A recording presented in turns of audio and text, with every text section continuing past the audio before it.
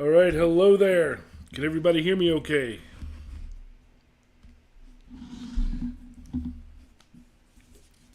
Here, I'll turn the volume on. Ah. It's just got feedback. Yep. I don't need to hear me. Oh.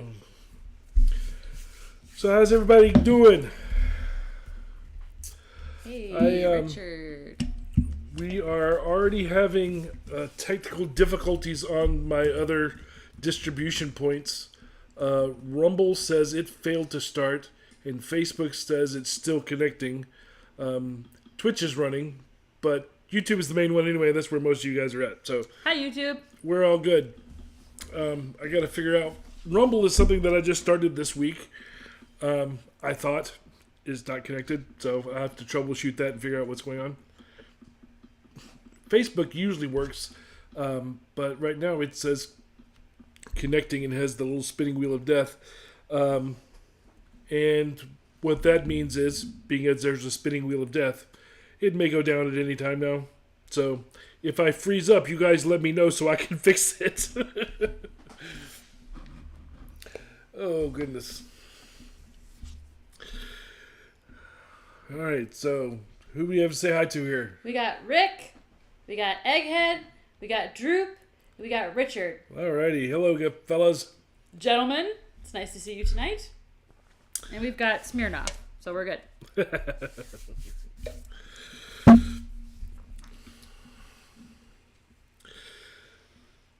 So, what are we going to talk about today?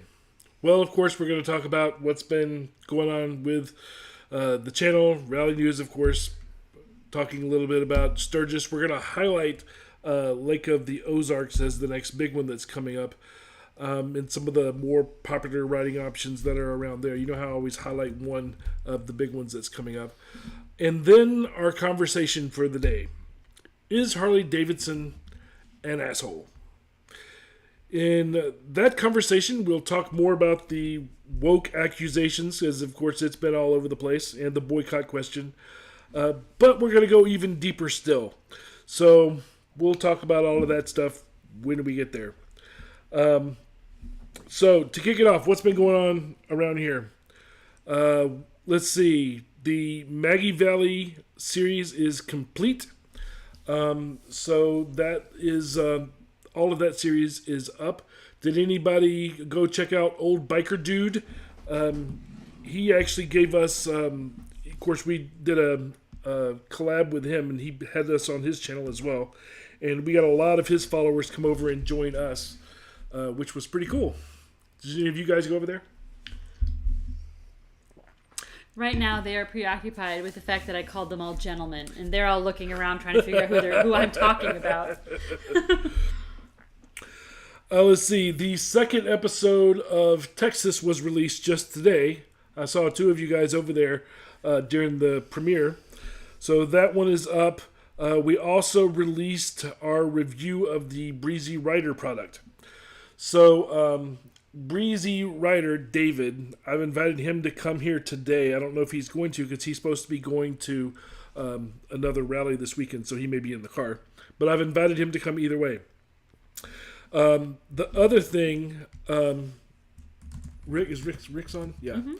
I talked to him about your situation. He says he responded to your email, said for you to check your spam. You said you did that and couldn't find it. So he gave me permission to give you his personal number.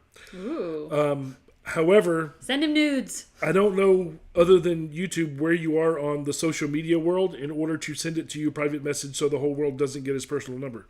So if you can let me know that. He says he'll try to look again. Okay, cool. But if you can't find it, let me know if you're on Instagram or Facebook or wherever you are, somewhere that has direct message. I'll send it to you that way. That way we don't have to give out anybody's number over the interwebs. Well, he can find. You can always find him on Facebook or Instagram and direct message him. No, I just asked him which one he's on. Well, it doesn't matter if he's on it or not. If he doesn't have a Facebook account, he can still direct message you, I think. Oh, I don't know. I don't know. Well, I guess that's true. If you don't want to tell me what your handle is, you can just message me. I'm on all of them.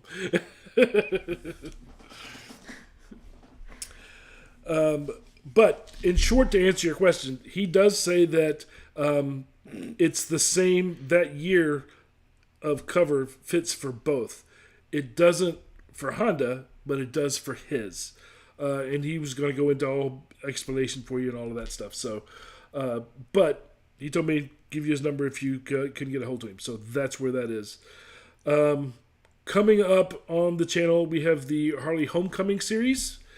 I'm also doing one on bike nights. As soon as I find a bike night that I like, I've been to 2 so far in the past week, and I felt let down by both of them.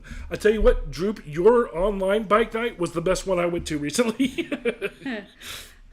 Droop says that he may or may not have given Pro Monkey's phone number out on a live one time. Yeah. Yeah. Did you guys send him a whole bunch of nudes? Let's see. Have you guys had any experience with bike nights in your local areas? What do you guys think about those? Hey, Tiger's on. Hey, Tiger. My thought was to do, to talk about bike nights, and I was going to show what bike they are and all that stuff, the history, etc. I actually don't go to bike nights very often. I, of course, have been before. But so I was going to do an episode on that, and then didn't really have any. Do you have an email address? Do you have an email address on your page? Yes, it's info at Can Graybeard. I put that in right now? Yeah, you can. Anybody can email me. Graybeardbiker.com. Yeah. Info at, making sure I spell gray right. Yep. Okay. Yeah, info at graybeardbiker.com. So the bike night, I don't usually go to them. I went to 2 of them. One guy that's local around here invited me to come to one, and I didn't go because I was doing the show. And so the next time it came around, I went. And then there was another one that came up that I went to because that one wasn't very impressive to me. And there's another one that is a pretty big deal around here that I'm going to try. But what are your expectations for a bike night? Like, what makes a good bike night for you? Well, number one, a lot of people, a lot of bikes, for one. But it's basically just camaraderie, just hanging out, meeting people. The ones that I have been to, little heads up on the episode that I'm going to put out, the ones that I've been to so far, everybody's kind of kept to themselves. They didn't mingle with the rest of the community. And that's not what bike nights are for. You guys, answer me. Have you been to bike nights? Do you go to bike nights in your area? Do they have bike nights in your area? I don't know where you're at. So Richard is saying that the Jonesboro, Tennessee VFW has one every week, but he's not been there yet. Egghead says that he goes to bike nights if they are at drive-in burger joints. Word. I like the 50s and 60s. Hell yeah. Yep. That sounds like a really fun time. You should ask them if they would go to Judgment. Not that if they want to go, but if they would go to Judgment Journey. Oh, well, that's not bike night. Well, no, I know, but it's a bike. Yeah, it is a bike night. It's a bike night at a haunted house. What she's talking about is, we just had this idea today. We're going to take a group of people from the northern Atlanta area and go down to, I think it's in LaGrange, Georgia. So we're going to have a run down to a place called Judgment Journey in October. It is basically there's not really a good way to describe it. It's a Christian version of a haunted house. It's basically walks you through the end times. And it's I've been before. It's an extremely immersive situation. It's really cool. And so I thought, hey, it would be a cool thing to do for local folks to run down there. So her question is, if that was going on in your neck of the woods, would you go? Not that you have to drive to Atlanta for, an evening. Yeah, but would you guys ever do like a group ride somewhere if a bunch of bikers met up to go through a haunted house? Basically, yep. Yeah. Droop was saying that we have small bike nights at the local dairy bar, but it's the same. Everyone is in their own little groups, and it is really only about 15 bikes. So, yeah. Yeah. Well, that's not... I haven't, like I said, I don't do a lot of bike nights nowadays. I did when I was younger. And so, if I don't find one that I feel like warrants making an episode, I just won't do it. So Tiger said he had a great time riding all the roads around the Tail of the Dragon last weekend. Even Awesome. the tail was good. Foothills Parkway was the best. Awesome. Yep. Did you go to Cherahalla? Cherahalla School. You've taken me there. Yep, We have our name carved into a picnic table up there. We did that in the sports car. Yeah, we did. That was like on one of our first dates. And then we went back up again and took our wedding rings. And anyway, you guys don't care. Egg says that he just wasn't around in the 50s and 60s. And so he just likes that Americana small town feeling. That's why he wants to go to the ones at like 50s diners. Yeah, my father-in-law, her dad, owned a diner. He doesn't anymore because he's retired.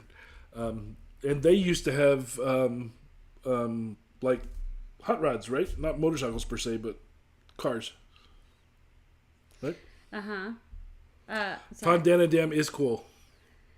Rick said he sent a message, but not sure it is on email. Filled in the boxes on the opening page.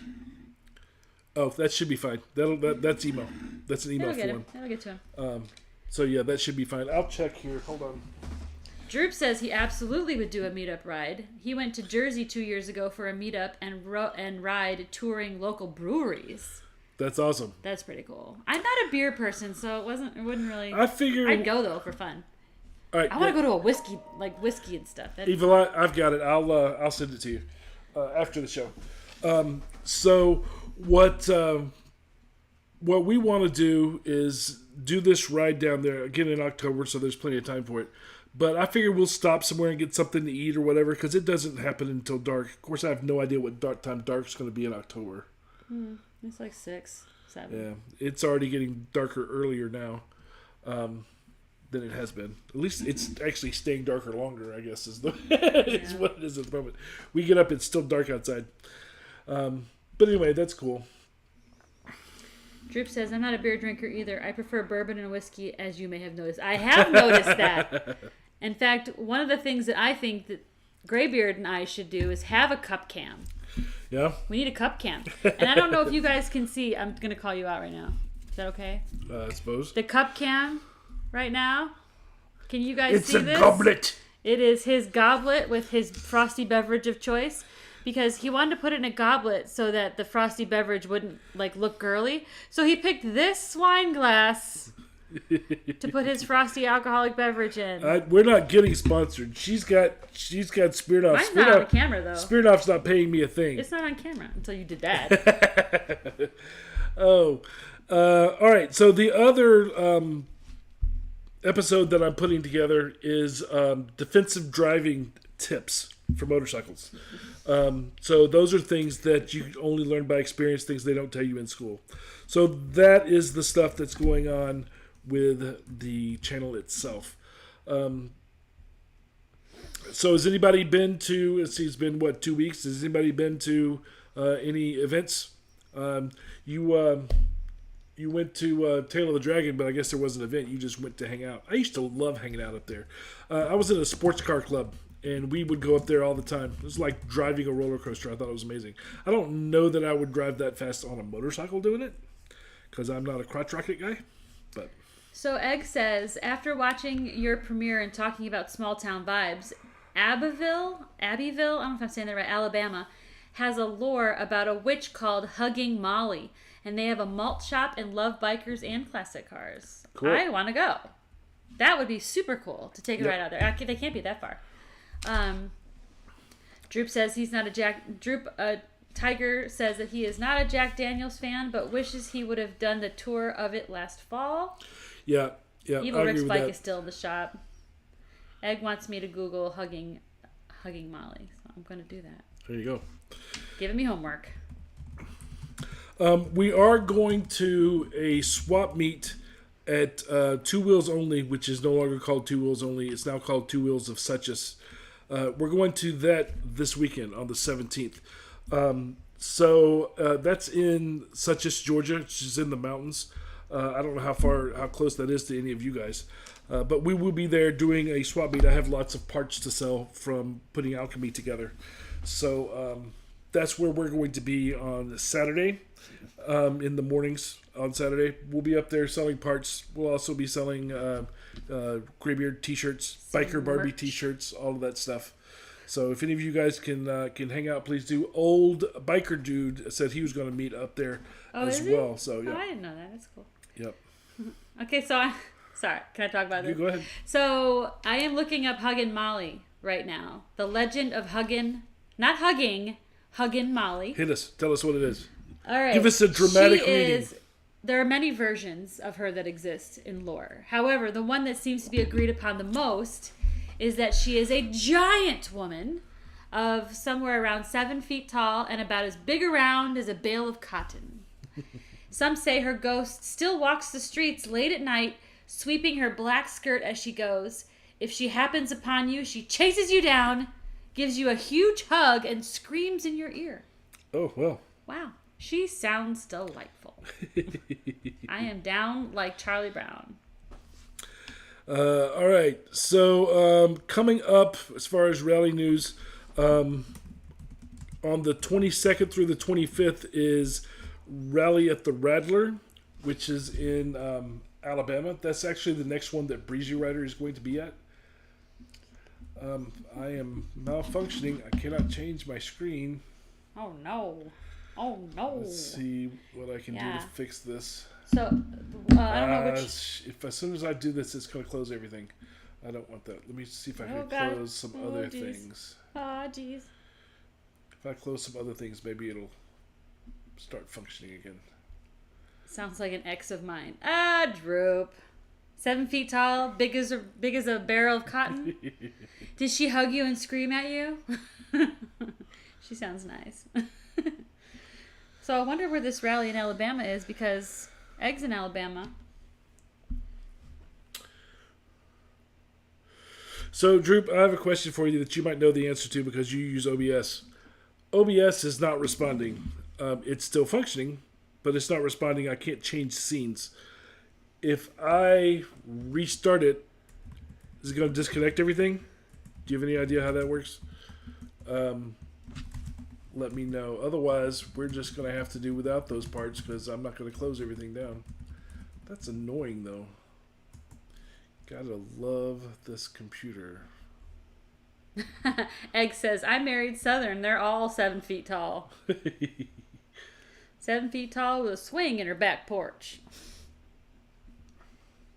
Every man likes a woman with a big back porch. Let's see. None of this is working. All right, so if Droop answers that affirmatively, then Droop says, yes, your cam and mic will stop as well the stream, but it will reconnect as soon as you start OBS again.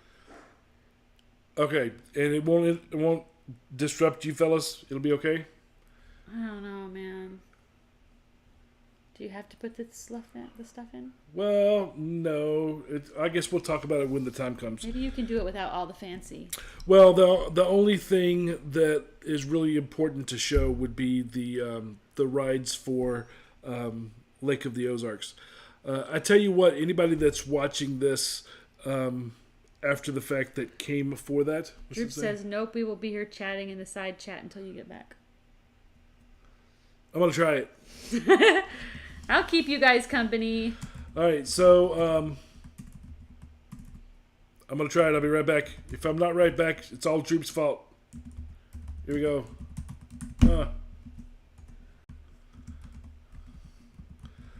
All right. Let me know if you can hear me. You can't see anything yet because my camera has shut off. Let me see if I can fix that. See, you learn something all the time. It's Tweedle's fault. Egg says he can hear you. Tiger says I hear you. I hear no vid. We can hear you, no cam. See if I look better this way. See if we can get that going here. Come on. Really? I swear. It's not one thing, it's something else. Work? I need a new computer, can you tell? Alright, let's do it again. Come on. It is not functioning.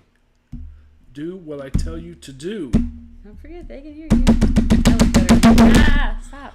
Alright, shutting it down again. So great.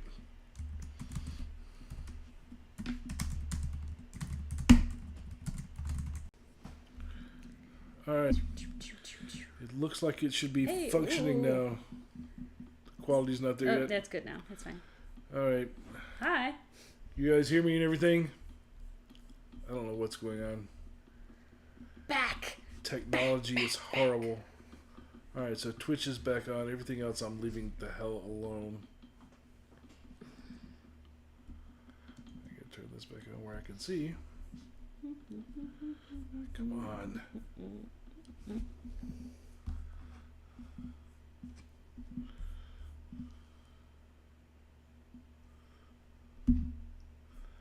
Alright.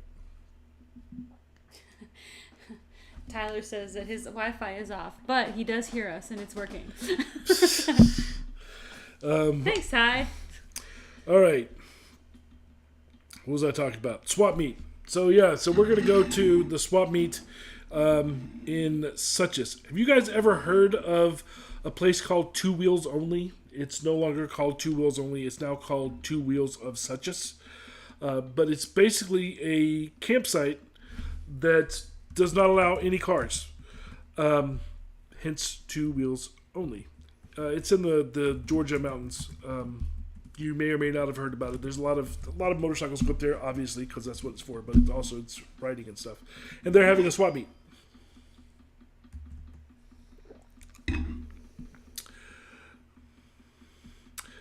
All right, so let's see.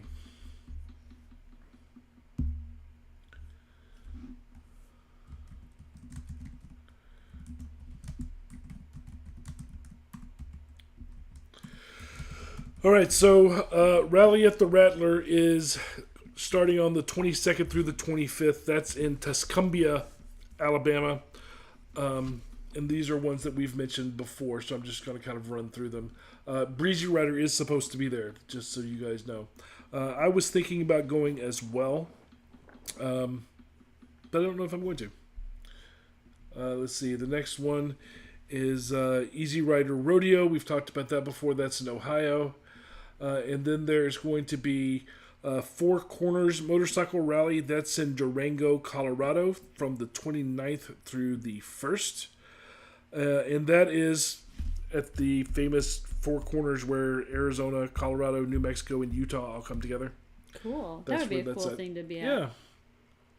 And then after that is Smoke Out.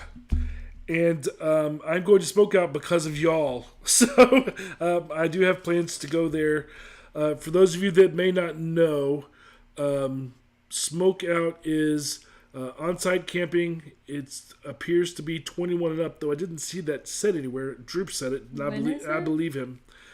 Smoke Out is the 5th through the 8th in Salisbury, North Carolina. In June? No, not in June, though. Yeah, that's wrong. It should be the 8th. Or it should be, I think it's September. I wrote it down wrong. It should be September 5th through the 8th, I believe. But it is one that costs money. So if you go on Friday only, it's $40. If you go on Saturday only, it's $50. If you go both days, it's $75. And if you're going to camp, it's $135 no matter what. That's the price breakdown for Smoke Out. It's got a garage build competition, racing, a strongman competition, which is a little different, a paint competition. Then, of course, they have your wet t-shirts and your bike shows and all that stuff. I literally found out of this because of Droop, and I can't remember who Droop said that he went with. Somebody Probably else was Rick, there. right? Was he? I don't remember which one it was. Maybe Tiger too. Yeah. He's not going to be able to go this year because of finances. You just peed on his parade. Yes. He said Tiger. Yeah, there you go. All right, so that is coming up, and then after that comes Maggie Valley again. Now, I probably will not go to Maggie Valley because I just got back from Maggie Valley, but it happens again. It's, of course, one of those every 3 years sort of places. And then we have Lake of the Ozarks.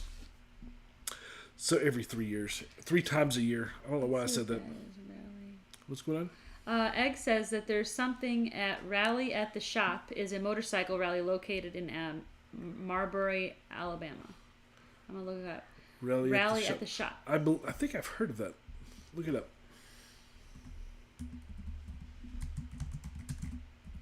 But it populated. All Octane Campground. That's the same place. It's the same place we went to for Bama. Oh, Bama, yep. The private Bama rally. Bike Fest. Yep. Actually, it may not be the same place. It's the same campground company.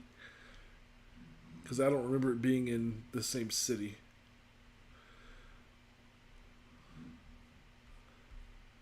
Forkland, yeah, it's the same place.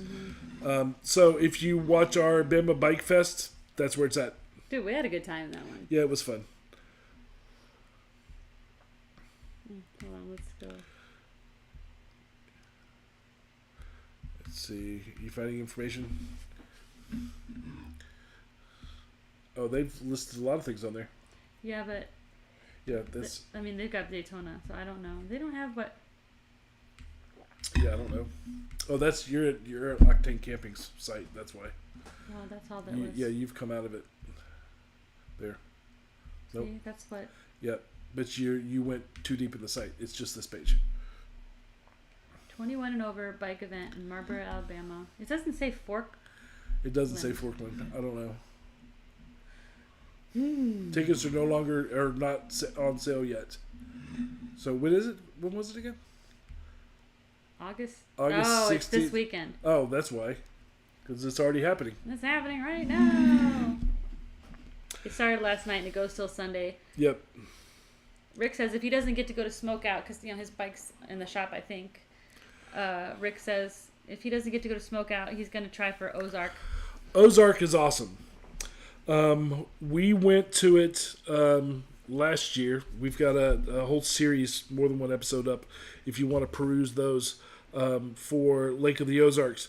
It happens the September 11th through the 15th. And they have lots of different things. They have... One of the interesting things about them is they have like a scavenger hunt sort of thing. It was called the Passport Run, and you get a book, right, like a passport, and then you go around to all these locations getting your book stamped. And then if you complete them all at the end, you turn it in sometime, whatever, you get entered to win a motorcycle. And last year they gave away 3 different bikes to winners. They've been doing that for a long time. All the area businesses are involved in it. So that's something that's unique. They're also doing a coin challenge, but I don't think this is at all related to like the poker chip challenges that Hog does. I don't think it's one of those. And this appears to be the first year for that. So we didn't see that when we were there. And we did not participate in the Passport Run because we had too many other things we wanted to do because we had never been up there before. Rick says he's been there several times, and he usually camps at the Lake of the Ozarks campground. Okay. See, they have a cycle showcase, stunt shows, demos, of course. And then they have the riding that's done up there, which is why I wanted this thing to work here. So let me see if I can mosey on over there. All right, so look, we're small in this one. Let's see. Yeah, Egg needs a touring bike because his 750 and his butt can't do much more than 150 miles to Rallies. You need a breezy rider. Get a cruiser. Oh, yeah.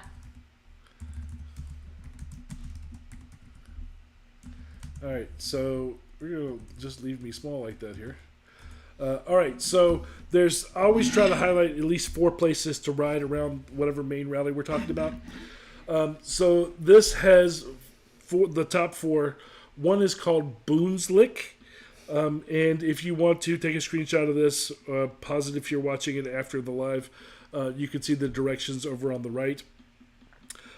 So that is a historic ride. And then they have one that's called Ozark Ride. That's an original name, right? Yeah. This one's huge. It's a big loop. But goes all around the lake. It goes over to more than one lake. Again, you can take a screenshot, pause, How many whatever miles for this. is that ride? Do we know? This one, I did not put how many miles it was in my notes, but I'm assuming this is an all-day deal because that's Looks big. like it. That's a big run. And then the next one is called Bridal Cave Ride. I actually did not do a very good job taking notes for any of this stuff for this go around. But again, if you want to know how to do it, you can pause, take a screenshot, etc. Do the work yourself, lazy asses. That one looks like a pretty big ride as well. And then there is the Osage River Loop. And I believe we did this one. So there's lots of really cool things to do at Ozark. We enjoyed Ozark immensely. Let's see if I can get caught up to where I'm at here. You'll see if you look at our series that we did. We enjoyed Ozark. We also enjoyed Laconia. Both of those. Ozark, we had a little bit of motorcycle trouble, but it was a good time. There's some places that you can go. Speaking of dealerships, we got to spend the day at a dealership. We did. I can't remember the name of the what was the name of that abandoned house thing we went to? Do you remember? The abandoned house thing. Talking about the barbecue place? No. So it was ruins. It's a house. It was ruins up on a mountain. Ozark? Mm-hmm. Oh. Yeah. No. Yes. I remember, but I don't know what it is. I can't remember the name of it, but it was pretty cool. Hey, good conversation. Good job. So yeah. Anyway, that was awesome. So yeah, we approve of Lake of the Ozarks. The next one, which happens the same time, so if I had my druthers as to which one I would go to, is Ocean City Bike Fest. Now, Ocean City Bike Fest, again, September 11th through the 15th, and it's in Maryland, which is the biggest issue that I have with going to it, is it's in New England, and I am not in New England. But it promises to be a great event. I don't know if you guys know Meg's motorcycle journey. It's her hometown, so she's all over the place there. So something I would like to go to. Again, don't know just yet if I'm going to be able to or not. But they have lots of scenic rides up and down the Atlantic coast. Dinah Riding New Zealand is here. And then, so that's pretty cool. The music that's going to be at Ocean City is pretty cool too. We have Buck Cherry again, right? Because they make the motorcycle rally loop, but also Seven Dust, Tesla. I don't know if you remember Tesla. They did the song called Love Song. Ted Nugent. Maybe you can go shooting with him. And then Cheap Trick and Styx. So wow. Really great callbacks. Yeah, really great classic rock now lineup. So that would be pretty awesome to see. They call themselves, Ocean City calls itself self-proclaimed largest rally on the East Coast. I don't know that I can substantiate that because Daytona is the second largest in the country. So for them to, it's also on the East Coast. So I don't know that I agree with that statement. But Laconia is the oldest. I don't know that Ocean City is the largest, but they say that they are. Has anybody been to Ocean City Bike Fest? Let me know if you have. Well, I can tell you right now that I believe Droop says Maryland and I do not get along. Like at all. Why? There's a story. Why? A story there. Do they have like weird cops and stuff? Because that happens. Yeah. Pull off your shirt, Droop, and tell us a story. We can't see it, but no. But that's one that I would like to go to, and then of course, buddied up with that is Delmarva Bike Week, which is in Salisbury, Maryland. Same time. It's basically a stop if you're at Ocean City. They call it its own separate rally, but there's lots of different rallies that do that. They have somebody else trying to glob onto their advertising.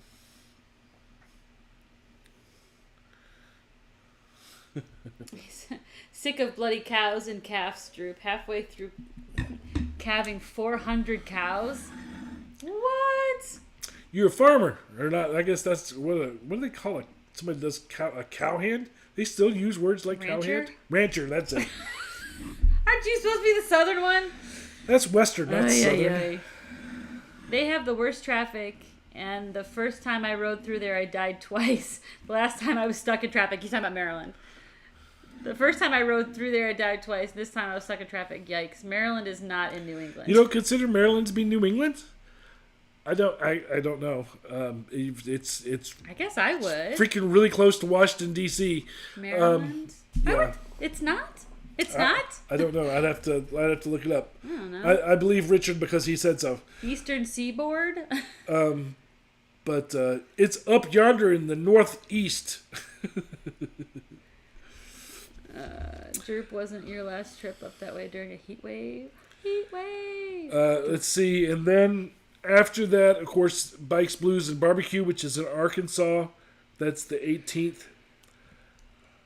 And then Smoky Mountain Bike Week is in Merville, Tennessee. That's the 28th. We are going to that one as well. I think I mentioned this last time. And then making our debut on here this time is Myrtle Beach Bike Week, which starts on the September 30th. And that's our cutoff for talking about rallies today. I want to go back to Myrtle, not because Myrtle was great, but because the barbecue there was so good. That's crazy. So, so I want to go back there too. Good. I want to go you like the one place that we went to, the fancier place? I like both of them. But the first one had smoked chicken salad sandwich that was slap your mom good. Yeah. They were both very good. If you guys watch I think we just did one episode on Myrtle last year, because I did the whole Myrtle Fall Rally versus Myrtle Bike Week thing, where those two events, which I swear to God they're not the same thing, argue with each other. So I did a comparison between them. But it's pretty. The barbecue up there was great. The barbecue place across from Suck Bang Blow, super fancy but super great. Fire to Table. Mm-hmm. That was the name of it. Yeah. Fire to Table. All right, so. Ooh, Evil's talking about Hog Rock. Hog Rock's in Illinois. Yes, Hog Rock is not on here because it's in October, and I didn't get to October. You're ahead of the game. But yeah, we haven't been to that either. Have you been to it? Because I don't know anybody that's been to it. We just heard about it. Yeah, Rick's in Illinois. That's where he's. So yeah, so he may have gone. Is it one that you would recommend? Hog Rock? Okay, Egg says, I can't believe there's. Not more rallies with the barbecue events. Yeah, I know, right? Yeah, you would think. You know, there's an astonishing lack of good barbecue in Georgia. There, I said it. It's out there. My favorite place is in Georgia. Well, yeah, but how many places do you hate? Okay, so Hog Rock is another one of those 21 and up places. Got it. Not for kids. How far away is it from Chicagoland? I don't remember. I could look it up. It's a party. More people in spring. I thought you were censoring yourself. Tiger keeps retracting messages. Self-censorship. Richard says, Maryland is not even close. New England starts northeast of New York. Okay, bro. Anywhere north of North Carolina. Anything above the Mason-Dixon line. That's not true. Yes, Myrtle Beach is cool. The rally itself has gone downhill. I hate to say that, but it has from where it used to be. Nikki Haley, if y'all remember her, was very involved as the governor of the great state of South Carolina. Nikki Haley. In trying to shut down Bike Week. They have not been able to shut it down, but it has been diminished. So it is a lot smaller than it was. But, ebbs and flows. Maybe it'll get back up again. Who knows? All right. So, let's see. Hard Rock Gets Really Wild. From what I ever heard and seen. It's on the list for us next year. All right. I'll definitely keep that one in mind, too. You have a Hard Rock video up on your channel. I will check it out. Leave a bunch out. Oh yeah, I know. You need a Patreon, or what do you call it? Like a paywall. Yep. Yeah, a fans only fans thing.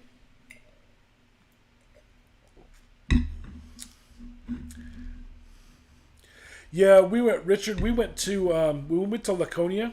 We literally went to Maine in order to have their seafood, because clam chowder and lobsters and whatnot.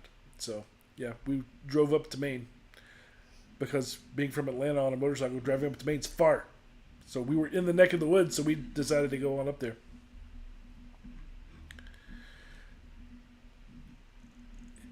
Yeah, Daytona hates bike racing. You've run into the cops down there. So they're not all bad, but some of them are, for sure. For sure.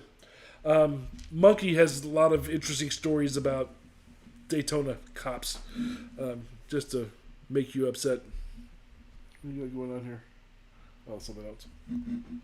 All right, so let's get to our conversation. Is Harley Davidson an asshole?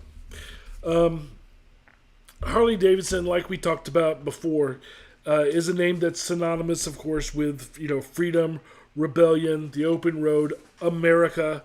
But recently, including what we talked about on our last live, they have been thrust into controversy and being accused of going woke and alienating their traditional customer base. Now, a lot of people have been quite upset with me for a lot of my work recently, including that one. Ooh, you're making enemies. The last show, and then the morning ride that I did the Monday after Trump was attempted to be assassinated, has ruffled a few feathers with people on the interwebs. So today I decided we'd go into it even further. So, I want to dive into another controversy that's having to do with Harley Davidson, and we're asking the tough question of, is Harley Davidson an asshole? Now, criticism comes from all over the place with Harley Davidson. Right now, of course, Robbie Starbucks thing is in the top of everybody's tongue. The Milwaukee Journal Sentinel, the main newspaper in Milwaukee, literally just did a front page ad on the whole woke thing with Harley Davidson. That's their hometown, right? That's where they are. So that's a big deal. I'm not going to reiterate the whole woke thing and the whole boycott thing. If you want to go back and watch that, it's the last Graybeard Biker Live that we did. But Starbuck is accusing Harley, particularly the CEO, of doing a series of things that are at odds with the traditional values of their customers. So that's that. I'm not going to go through all that again. I wanted to go a little further than that, and I want to talk about the root causes behind why customers call Harley Davidson the Stealership, right? So that comes from years and years of discourse. Now, I have a theory that why the Stealership and that sort of attitude has happened, that comes from Harley's business practices. But I think that customers and dealerships alike are kind of feeling the squeeze on both sides. Their pricing is outrageous. And it feels like, we're being price gouged every time we think the word Harley Davidson. But I wonder if, the dealerships, which are all franchised, right, are they not under this immense pressure from corporate as well? So, the high costs that are being imposed on the dealerships make it where the dealerships don't have a choice but to pass on those high costs to us. Or maybe that's just an excuse for dealers. I don't actually, not close friends with any dealers to be able to point blank ask them that question. Whose fault is it? But it's definitely something that you can definitely see. Most bikers, if not all, cannot afford the pricing that the dealerships put out there. Their parts, their service, T-shirts, let alone the bike, right? Which, of course, the bike they can finance. So that's a little more palatable to some than the other. You don't finance a T-shirt or a $350 jacket that should cost $100. But I wonder if them doing that isn't pushing away their traditional clientele. Adding to this friction is the fact that they're also pushing electric motorcycles right now. And I don't know a single biker that wants an electric motorcycle. I just don't. There's some people might, but I don't know any that do. So it's a move that many of the traditional customers haven't asked for and they don't want. But there's this mandate coming down from I think Biden is the one that started that, saying that everybody had to go to electric vehicles, and it kind of makes me think of the whole AMA history, where the American Motorcycle Association decided to change the clientele of the people that were attending their races, and they literally started making rules to push out who they considered the riffraff to be. So I thought that was interesting. That, of course, started the whole outlaw movement. If you watch the Bike Riders movie or the episode we did on that, we talk about the outlaw movement and the AMA a lot.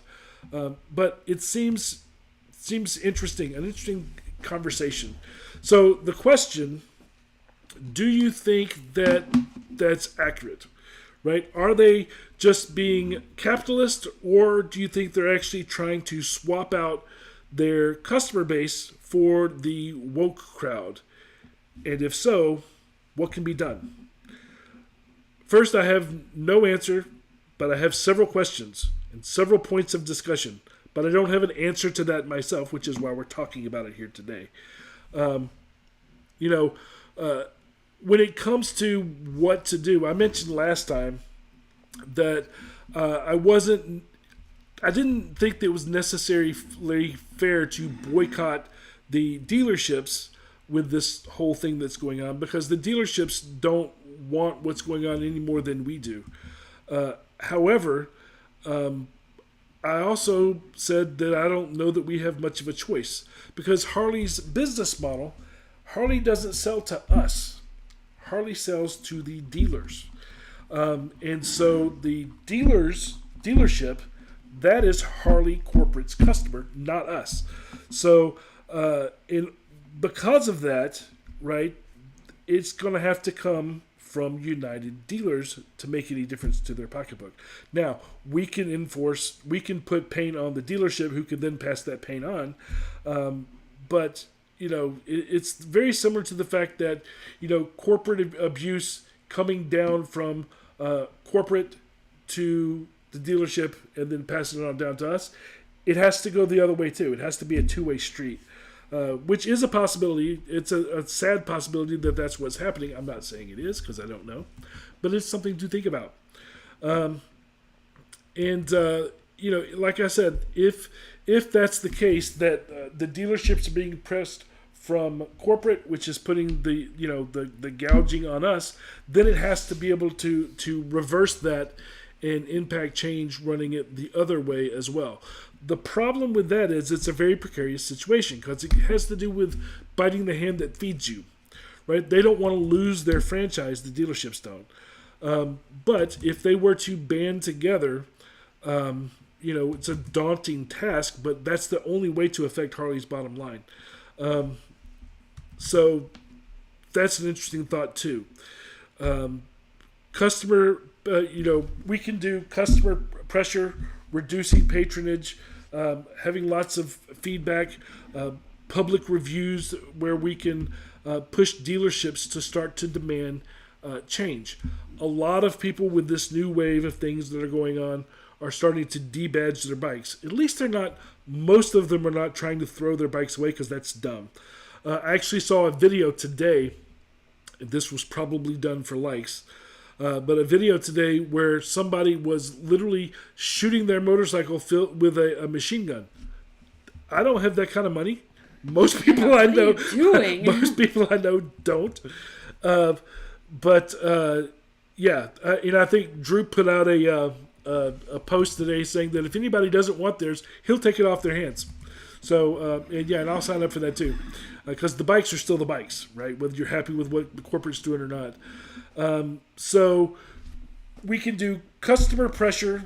Then we have dealer advocacy that can be done if the dealers were able to unite together and lobby against corporate for some more favorable terms and policies from them. Other than that, there's just public campaigns that we can do where we organize efforts to kind of highlight what the issues are, and because of that, get media coverage. A lot of people, so many people have jumped on this woke thing. People have been posting a lot about the Harley booth at Sturgis being desolate.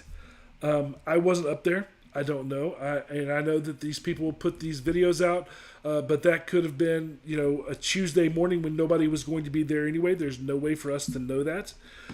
And the problem is you can't trust people to not do it just for likes too.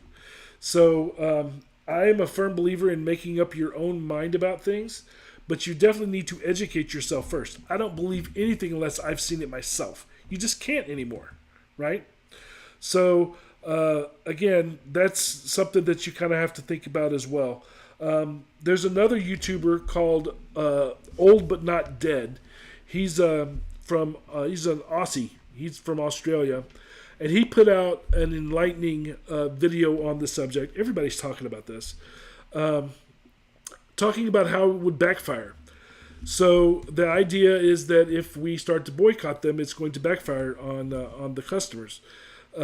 So to kind of address the issue of price gouging, which is kind of the whole Stealership thing, because I'm going beyond the woke conversation, we kind of have to look at corporate and dealerships are going to have to find some sort of middle ground, and they also have to have some sort of middle ground with us as well. Right now, I don't know how much of a factor we the people actually are, but corporate's going to have to consider the financial realities of their dealerships and their customers, while the dealerships themselves are going to have to try to focus on transparency and building trust, which they do not have with a lot of people. A lot of people don't trust the dealership. I know that I stopped going to my local dealership because I got bad service. And I don't mean bad service on the bike. I mean bad service to me, the person, right? So, and that's really the only thing that's going to kind of move them. But it can backfire. If you, again, Old But Dead is that guy's name if you want to look up his conversation on this thing.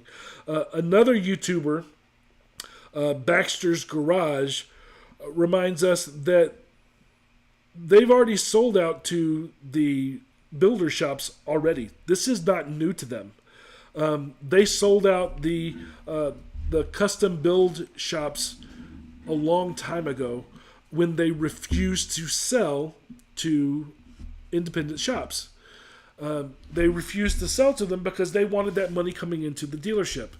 And it alienated a lot of people that wanted custom bikes. If you remember Orange City Choppers, there's a lot of custom bikes were a big thing.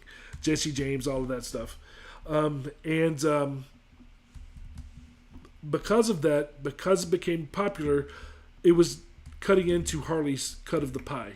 And so they decided they were not going to sell to shops anymore, wholesale. We're going to sell to them wholesale, which meant that the custom shops would either have to buy the parts retail, in which case if they marked it up, that would directly affect whoever their customer was, or they would have to buy them and take a risk on anything that's going on with them. They might lose their shirt because they're buying them retail. So that's interesting as well. And then another thing in that same area, when I started the Alchemy project, I was on the very tail end of this. But Harley shut down their dealerships from being able to do e-commerce sales across state lines. It used to be there was a handful of dealerships that had really great e-commerce business, and you could buy parts from them cheaper than you could at your local place, and just have them shipped to you. And a lot of the parts for Alchemy, I did that. And they shut it down right at the tail end. So the last few orders that I had, they literally had to turn me away, and they said, Harley's not letting us do that anymore.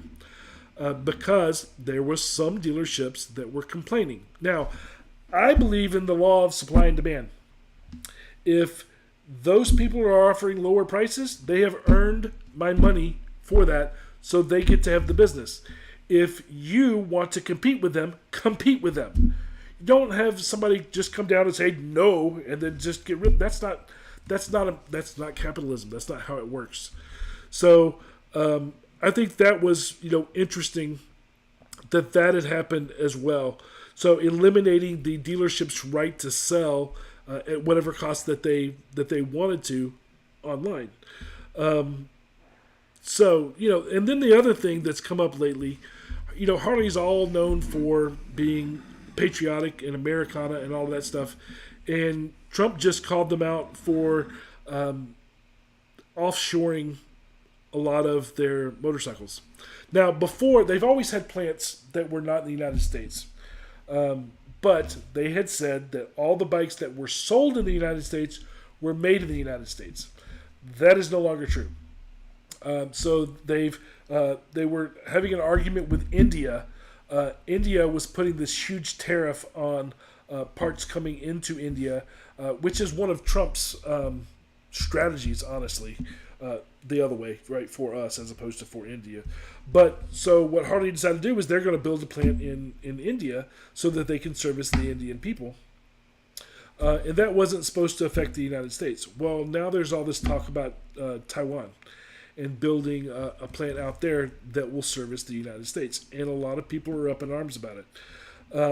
So all of that sounds like assholey behavior to me. So, if we kind of review the whole thing, we have price gouging that's going on. We have policies that are made to limit the choices of the customers. That is limiting where we can buy things from. Internet sales, custom shops. They also try to void your warranty if you work on the motorcycle yourself. So, again, all that is just assholey behavior. And, then there's the whole idea that they're making efforts to try to replace their consumer base. So, Harley Davidson, the community is passionate and loyal. We have been for a long time. And I think, by working together, customers and dealerships, we could push for change to align the values and the needs of the entire Harley Davidson family. Because at the end of the day, it's not just about the ride, right? It's also about the road that we take to get there, right? So what are we going to do? But most dealerships, I don't believe, will be on board because it's too risky. So that puts us in a, well, what can you do besides bitch and complain? Which is your God-given right as an American to bitch and complain. So I wanted to kind of discuss that, kind of turn it over to you guys now to talk back. Does anyone have any stories or experiences to share to support these arguments for change? Harley Davidson being an ass, or opposing views. Maybe you think they're angels and you've never had an issue with them. I have had bad service. I know that they price gouge the shit out of things. Again, I told you my experience with Alchemy. So, yeah, I've seen it. Don't know what to do about it because I know that it seems like a no-win situation unless everybody bands together, and people don't like to band together. So, let's talk about it. You guys give me some of your thoughts on those arguments. Has anybody said anything yet? There's tons of stuff going on in the chat. Anything relative to this? Well, yeah, they're all talking about what you're talking about. Hit me up. Tell me. Okay, let me go back up because it's been a while here. You were talking about Sturgis, I guess. Yep. Sturgis being empty. Oh well, this Richard said I went to the Harley Davidson dealership. I had to get my trike service, and they are loaded with bikes, but nobody is buying. Rick says, not the first time Harley shit on customers. AMF anyone? How about when Harley cut off mom and pop shops? Yep. 20% of us actually like the bikes. 80% of bikers just want to be cool on a Harley. That's a shame. There's some truth to that with the rubs and whatnot. Yeah. Mm-hmm. And Egg also says the Harley just doesn't care about the 20% of people that actually like the bikes. They're about that dollar. Everybody's talking about how they hate that Harley's forcing independent-owned dealerships out of business. Yep. And then Droop says, here's something he thinks that everybody's overlooking. Harley talked about do a direct from factory buying program that will get rid of the independently owned dealerships. It is a good and a bad thing. Tiger says, CEO gotta go. The CEO is out to destroy us. The only way that buy direct from factory would be beneficial is if we got wholesale. And they're not going to do it. They're not going to give us wholesale. Droop says, by doing so, supposedly the cost will decrease. However, it will kill the local markets and shut down jobs. It will. So where are you going to go get your free hamburgers and beer on the weekend if you have no Stealership to go to? Because that's one, there's a lot of things that the dealerships do well. Every time I go in there and look at the price of anything, I shake my head. I looked. If you guys saw the episode, the Texas episode that went out earlier today, and I know two of you did. The rest of you probably haven't. Used to be I try on a jacket that I did not buy because it's a $400 jacket, and that's just stupid. No, it was not. It was $400 because it was on sale. It was a $700 or $800 jacket. Still stupid. Egghead says, I think this is all on purpose so they can lose money and justify taking Harley to Europe. Ooh. I've heard that too. Don't get me started on the things I've heard about Europe recently. If we have to buy factory direct, there goes the service and warranty work. That's what Tiger says. Yeah. Rick says, I think it is to drop stock value so BlackRock can buy more stock and gain authority in the company. They have a lot of influence already. And that's the other thing is people keep talking about Indian with this whole woke thing. And, I'm just going to buy Indian. Indian's just as bad, guys. Now, one thing the Indian did do in the last couple of days is they took all DEI stuff off of their website. They used to have things that talked about it. They got rid of it. They didn't get rid of the policy. They got rid of talking about the policy, which means that all of this is having an impact. Harley has still not said anything. Their social media is all shut down. You cannot comment on anything. They've had one post since all this broke out. One. That's it. Richard said, did you see the court verdict about the woman who died because of the trike problems? No, I am unaware of that one. Egg says, that guy shooting his bike is a tool. There are guys like me, broke from cancer and heart bills, that would love to have that bike. And then Tiger says, did anyone notice the guy said he was shooting up a woke motorcycle, but he was shooting up an old bike, not his new M8 bike that was part of the video. That's true. It was a cool looking video, but I wouldn't do it.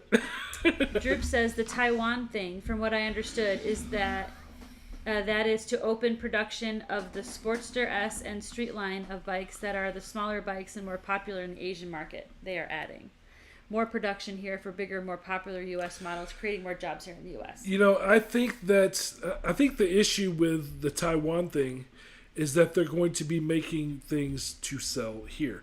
If they were making them to, because what you're saying makes perfect sense. Smaller bikes for the Asian market, because that's absolutely true. Everything over there is smaller. Can you imagine them on a road gang? So that makes perfect sense. And them being able to ship it that close makes perfect sense. I think the rub comes from them trying to do it here. And so they've gotten a lot of static from that. I'm actually not up on that whole argument. I just heard about it, literally heard about it from Trump when somebody brought up the woke thing. He brought that up. And then I've hear talk about it for the last couple of days. But I'm actually not up on that as much as other people might be. What's up? What's else? I'm trying to save the chat for you. Let's see. Let's see. Maybe Harley. Dinah says maybe Harley is trying to push us to Buell or, God forbid, Indian. Richard says, who do they think is going to buy their bikes? The yuppies or the liberal kids? Right. Maybe they're going to make golf carts again. You know, that's something, and we talked about this on a previous show too, the whole old versus young thing. Are they doing all of this stuff to appeal to the younger generation because they already have Gen X? Maybe.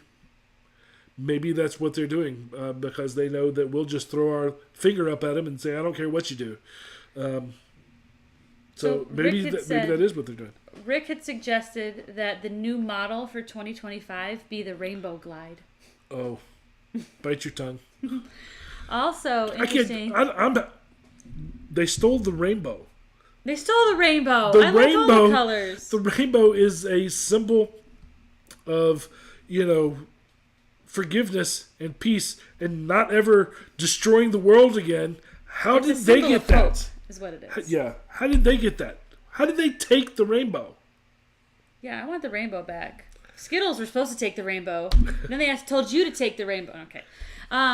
So when you were talking about Starbuck, Droop was like, that guy doesn't even ride. And then Rick says, no, he doesn't. Vet Biker did a video on the board members. He doesn't think there is an American in the entire group. Yes, that's true. That's very true. He actually went through. He's talking about Veteran Biker. He went through and outlined each person on the board, and they're all plants from BlackRock, or one of them, Vanguard, one of them. All very true. Richard wants to correct us that the Maryland is below the Mason-Dixon line. Also, Dinah in New Zealand, he says, I got told that if you haven't got Milwaukee on your handlebar clamp, it's not a real Harley Davidson. I don't know that I have ever looked for the word Milwaukee. It's like a little Easter egg on your bike. So I have not heard that. I don't know that we run much risk of pirated Harleys here. Most people that are copying Harleys have a Japanese name on them. And they literally bought the rights to Harley Davidson's that's has to do with the history of Harley Davidson. The reason why the Shadow and all those motorcycles exist is because Harley sold them the plans for the motorcycles several decades ago, and they've just been building on it ever since. You can literally blame Bill Harley for that. Ooh, Richard says he took his 2022 Tri-Glide for its 1,000-mile checkup a year ago, and they sprayed the engine with aluminum cleaner, and it took all the chrome off the engine parts, and they told him tough shit. I'd have sued the shit out of him. The family was awarded $270 million, and HD also has to pay $240 million in fines. Which family is he talking about? Oh, the person that was okay. The court, the woman who died. Oh yes. Trike. Wow. I think I kind of heard about that actually. Yeah. Wow. So what are your guys' overall feeling towards the motor company? There's a lot of people. I've seen a lot of shirts that throw Harley under the bus. I think I love the brand. I love the motorcycle. Not really crazy about the company itself. Is I guess the best way that I would put it. What do you guys think about that? Everybody that I know knows that Harley is too expensive, and we're all paying it anyway, in one way or another. And I don't think that's right. I don't think that's right any more than you should let your local restaurant get away with bad service, which people do, right? Because they don't want to rock the boat. Mm-hmm. So what do you guys think about that? What's your gut reaction towards the motor company? Not the bike, the motor company. It's interesting questions.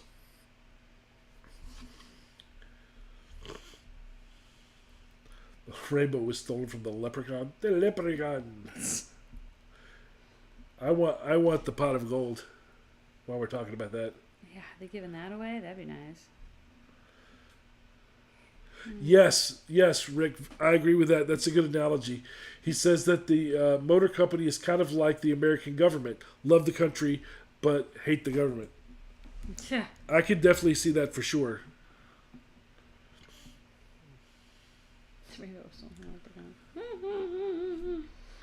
I thank God SKS, for SNS, yeah. so I don't have to give Harley another dime. You know, there's been a lot of people talking about this, and Droop, you had some pretty strong points of view on the whole boycott thing as well.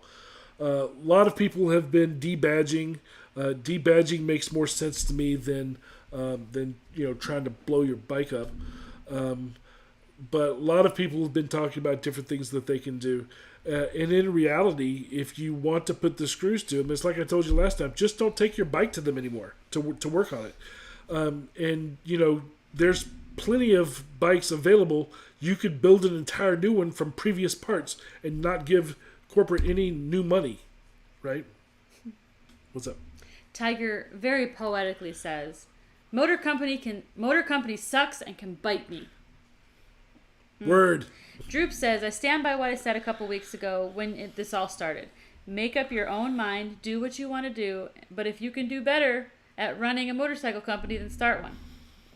Droop says, my bike was debadged before this shit simply because I didn't like the style of the badges on the 2019. I changed mine out. But they're still Harley, but I changed them out. Yeah, I don't know. Debadging is better than doing the opposite, which is in the 90s we called that ricing it up, where people would put badges on their car or on their motorcycle that didn't belong there. I don't know if I don't know different parts of the country what was what, but we had people putting racing stickers on the back of their Honda Civic and stuff like that, which obviously not a racing model, and that was called it's called ricing it up, which is a very inappropriate slang politically term. Incorrect. Yes, but that's what it was called. And so that's the opposite of debadging. That's putting badges that don't belong on it. That's like having a shadow and putting a Honda badge on it. Rick said echoes the same sentiment that we saw the other day, which is, if you have it, keep it. Just don't buy a new one from the company. Buy parts from other makers. Harley will change in 6 months. Yeah, I'm looking to see what happens. Budweiser didn't back down. Budweiser just shut their mouth and prayed it would go away. Of course, since then, they have seriously lost footing in the market share for that one brand because they own multiple brands. Well, don't talk about that. But I'm looking to see what Harley does. So far, they haven't done a thing. They've ignored it. Egghead says, I'll still get another Harley. Hopefully, it's still a bike that means a lot to me. Or he says, I'll get another Harley, hopefully. It is still a bike that means a lot to me. But I won't buy from a dealership or new. They can kiss my American ass. Yep. Pepsi Blue Ribbon. For the win. You say so. Yeah, the whole... I don't know. I get asked all the time, am I going to buy a new bike? No. My bike is 10 years old, and I got it the way that I want it. I'm not buying another one. If you take care of the stuff that you own, you don't have to do that. So, no, I'm not planning on buying another one. So, and I do most of the maintenance myself. And then we have to take it to the dealership to fix what he did. Yeah, right. if there's insurance claims, that's different because I'm not paying for electrical it. Shit. Yeah. Yeesh.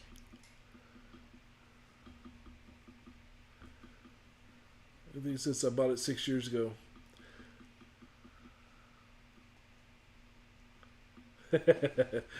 So, do you guys do a lot of? Do you work on your bikes, or how do you do your maintenance, or do you do your maintenance? Because some people don't. How much have you turn wrenches versus don't turn wrenches? No judgment, just a question. You don't have to answer if you don't want to. I am one of those people that I have a lift. I have one of those big giant toolboxes, and I know enough to be dangerous. And so I also know what I don't know, and what I don't know, I will pay somebody else to know. Tiger says he does it all himself. Yep. He's a man. That's the way we were raised. Would you say that working on a bike is easier than working on a car? Yes, because you can get your hands in it. Mm-hmm. I don't have small enough hands to get inside a car anymore. Plus, cars don't have spark plugs anymore. Egg says, my first bike was an old Harley, so I learned to wrench fast. Rick says, I do what I can. I can't afford even the cheap shops that will work on a Honda. Tiger says, get a service manual. Yep. Yeah, I mean, it's Yep. like a... I did. That's what I do they did. call the Dana... What do they call the guides that you get for cars? Oh, Haynes. Haynes Yep. manual, yeah. Whatever. Yeah, I actually have the Harley one for mine, and it breaks the bike completely apart, so you can do whatever you want to with it. Didn't you have to get it somewhere special? Like you couldn't find it. Like you had to go into like a deep dark web and pay $1,000. Yeah, and I couldn't buy it in print. I could only get it in PDF, and then I could print the damn thing out if I wanted to. It was like 100-something pages. Yeah. Droop says, I do my own work. I am no expert and learn as I go most of the time, but I have always done my own automotive work. Now, if I'm going to do motor work, I will find someone more knowledgeable than me to help or teach me. I tell you, I grew up on motorcycles, right? So I used to ride motocross. I can repair a chain like nobody's business, and now I don't have a chain. But your skills are antiquated. I had a little toolkit that I kept on my motorcycle, and I would work on it all the time because the chain always broke or slipped or something. And so, yeah. Grew up X that says way. wrenching builds a bond with your bike. That's beautiful, and that's true. What is that? Zen in the art of motorcycle maintenance? Yeah, well, I think it's true, though. I mean, it gets you close to it, and it makes you personally invested in every little piece of it. I know when I was younger, I was in my 20s, and I had a Honda Shadow, and we were rebuilding it. And we had an awful lot of fun cussing at the Asian hamsters inside the motorcycle, the gremlins.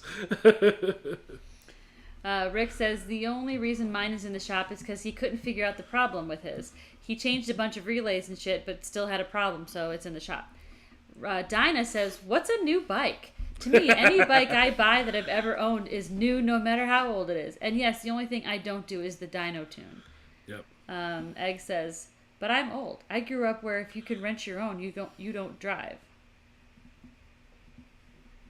Oh, I guess if you can't wrench your own, you don't drive. Oh, yeah. Yeah, I read that wrong. Sorry. Old lady eyes. Yeah, I mean, it's interesting, how much do we need dealerships? A lot of times, I will put something in the shop or would put something in the shop if I simply don't have time to do it, right? But you have to have somebody that you trust. We've got a local shop that's not a dealership that I've used here before that does good work. His name is Doc Slick. Doc Slick. Local. He's an old dude. I mean, he's not old, he's but he's like old. a good old boy old. Yeah, I mean. but he does good work, and he's trustworthy. And he hates You know how hard it dealerships is to too. find a trustworthy mechanic? It's like finding a lawyer that doesn't lie. It's very difficult. It's a unicorn. But I've also worked in my day job, I've worked with a lot of different mechanic shops. And I know that the only thing a mechanic does is replace parts until it starts to work. That's all they do. You can do the same thing at your house. Hey, something's wrong in here. Replace this part. Doesn't work. Replace this part. That's all they're doing. Then you've replaced every single part on the bike. Yep. And you have a brand new bike again. Yep. And you fixed it. Richard says, if I buy another, it's going to be an old one. And I also have a 93 Goldwing with a motor trike back on it. And I wrench on that on my 2003 Ultra. Yep. Yep. Speaking of trikes, have you seen the Boss trikes? The big eight cylinder freaking huge Behemoth. car bikes. It's like Boss Hoss, I think is what they're called. Huge. Isn't that a... That's Boss Hog. Oh. Yeehaw. I don't know. My carriage is starting to turn into a pumpkin right now. The Boss Hoss trikes. Yes, Boss Hoss. Yep. Boss Hoss. Sorry, guys. Yeah, they're huge. The other trend that I think is interesting, kind of getting off the subject, is the little bitty bikes that people are making now. What are they called? Groms, I think, is what they're called. It's basically a street legal mini bike. Something you could just put in your pocket. It's a pocket bike. You imagine me riding on one of those little things, like a little They tricycle. do two-wheelers too, but the price. Yeah, Groms are fun. yeah, they look like fun. And I know a lot of places, the little 21 and up rallies and whatnot, they'll do racing on those little mini bikes. That looks like it'd be fun because you don't have far to fall to the ground. And being looking ridiculous is part of the fun. Rick says, "Groms are fun. Ask Chris."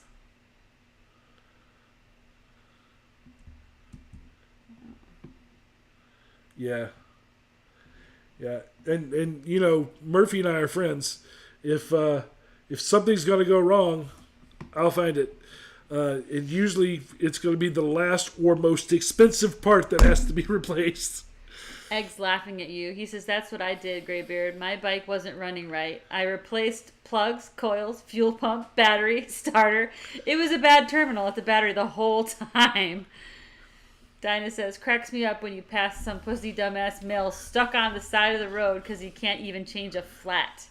What's even funnier in a car is when you see a guy and a woman on the side of the road. And the woman's doing it? Or she's doing it, or she's like, he's freaking out and she's the one on the phone. Like, he's not even man enough to call the tow truck. Tiger, I have not ridden a Can-Am. I have been in a slingshot, but to me a slingshot is a three-wheeled car, not a motorcycle.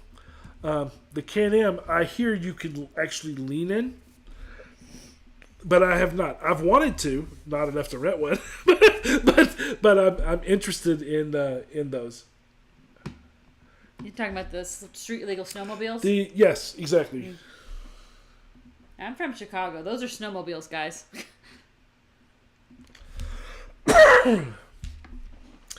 But I remember when they first came out with them. They were very, very interesting. Yeah, I'd like to try it out. My biggest issue that I have with people on Can-Ams, or trikes for that matter, is that when you go on a group ride, they don't know where to go. And you have a lot of people that they've bought a trike, or they've bought one of these Can-Am things, or, Lord, please don't get me started on the slingshot, which is not a motorcycle. But they'll ride in the middle of the pack, which is not where they belong. Because they're too big. They belong in the back. But I think I said this in one of our other live streams. I met a guy at Leesburg that he had a trike and people were making fun of him. And I got angry for him. Because he was an old man. He was crippled. He was a vet. Don't make fun of a guy for having to have three wheels. Dinah says, "If my wife wants to change a tire, I'd gladly step back." I try to explain snowmobile group rides to people down here, and they just don't get it. I want to do that. They're called snowdercycles. I want to do that. I want to, and I've asked you if anybody that you know up there has a snowmobile. I want to go snowmobile riding. I've been on a jet ski, of course, but I've never been on a snowmobile. I think it would be a blast. A snow motorcycle. That's all it is. Snowdercycle. I'm gonna market that. Don't steal it, okay, guys? I'm gonna sell T-shirts that say snowdercycles. I would love to do that. I remember my dad owns a restaurant, or used to own a restaurant up in the Chicagoland area, and had a drive-through. And I remember friends of mine on their days off, they would come through the drive-through on their snowmobiles to order food and take it home. Awesome. Yeah. All right. Well, does anybody have any other stories they want to share before we shut her down? We still have Lake of the Ozarks picture up. Oh, yeah, Lake of the Ozarks. Bye-bye. Did I talk about the rest of them? There's nobody else, right? Wow. Lake of the Ozarks coming soon to a Rally whatever time near you. To a biker. I'm tired. Oh. So we are at, I actually don't know right now. Let's see, where are we at here?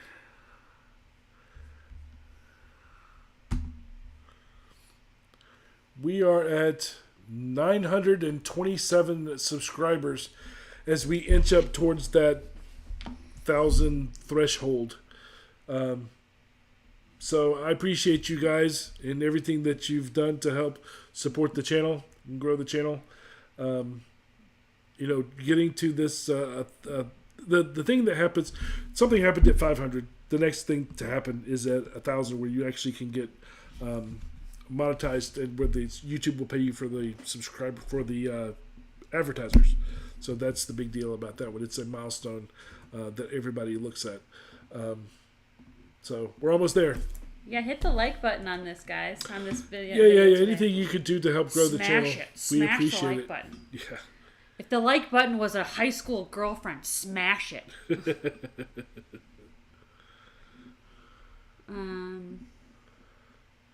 Yeah. Graybeard. Egg says, Graybeard, it's a blast. There are trails in northern Illinois and Wisconsin that are just like highways. We could go everywhere. Do you own one? I'll come see you. It is a snow tour cycle. That looks like snotocycle. Hold on. Snow tour cycle. Rick says, my stepdad used to drive truck hauling McDonald's stuff. You don't want to eat there. Gross. Smash it like your girlfriend. Smash it like your side piece. Wait, you don't have one of those. No. You're in Alabama now. Are you going to the Rattler? We talked about that earlier. Are you going to that one?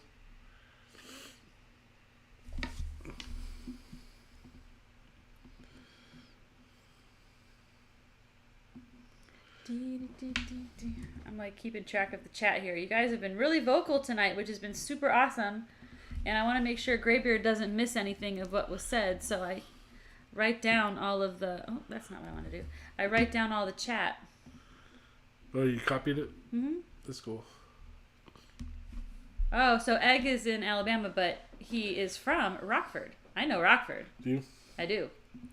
Hell of a place, that Rockford. Now, where did you go to school? You went in a cornfield. Oh, I went to college in Macomb, Illinois. Macomb. And it's close to...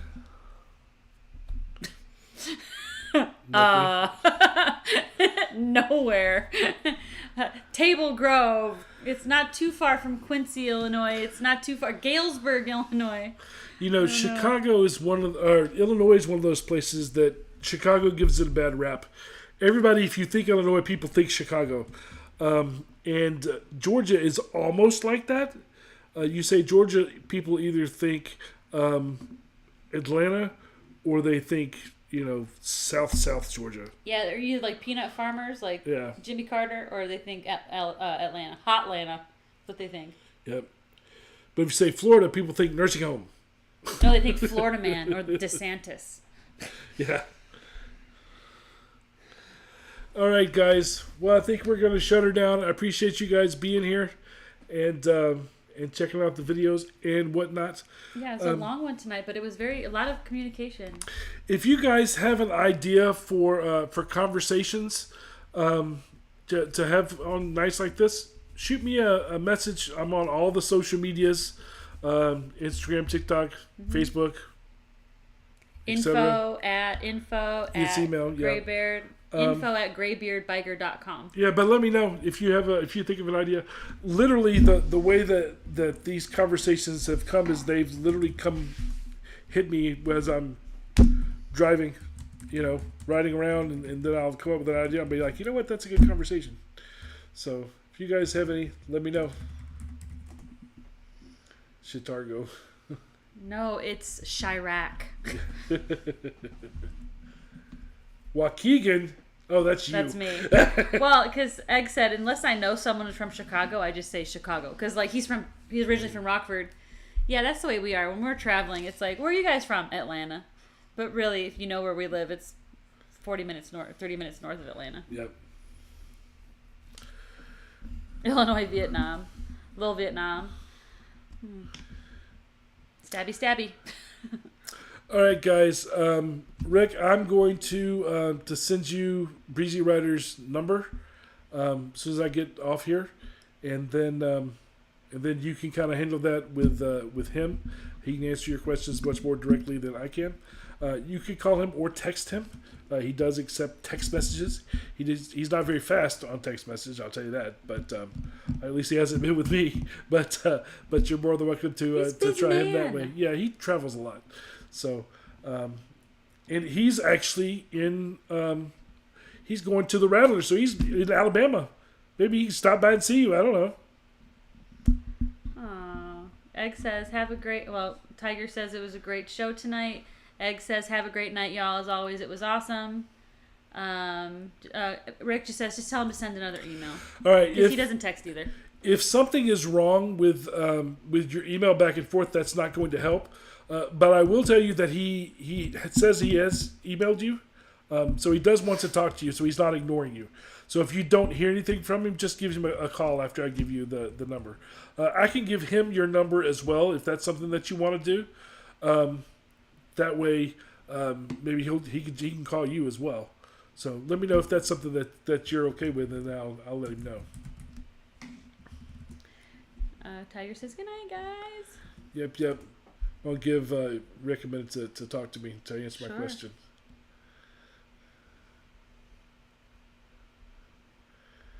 Thank you, Droop. Appreciate you, buddy. We did it all with our shirts on, Droop. Rick says it's okay. He can call if he wants. All right, so I'll give you his number and him your number, and then y'all can figure it out from there. You're playing Cupid. Yeah. All right, peoples. We'll talk to you again later. Again, thanks for hanging out. And as always, keep it shiny side up. Don't take no shit.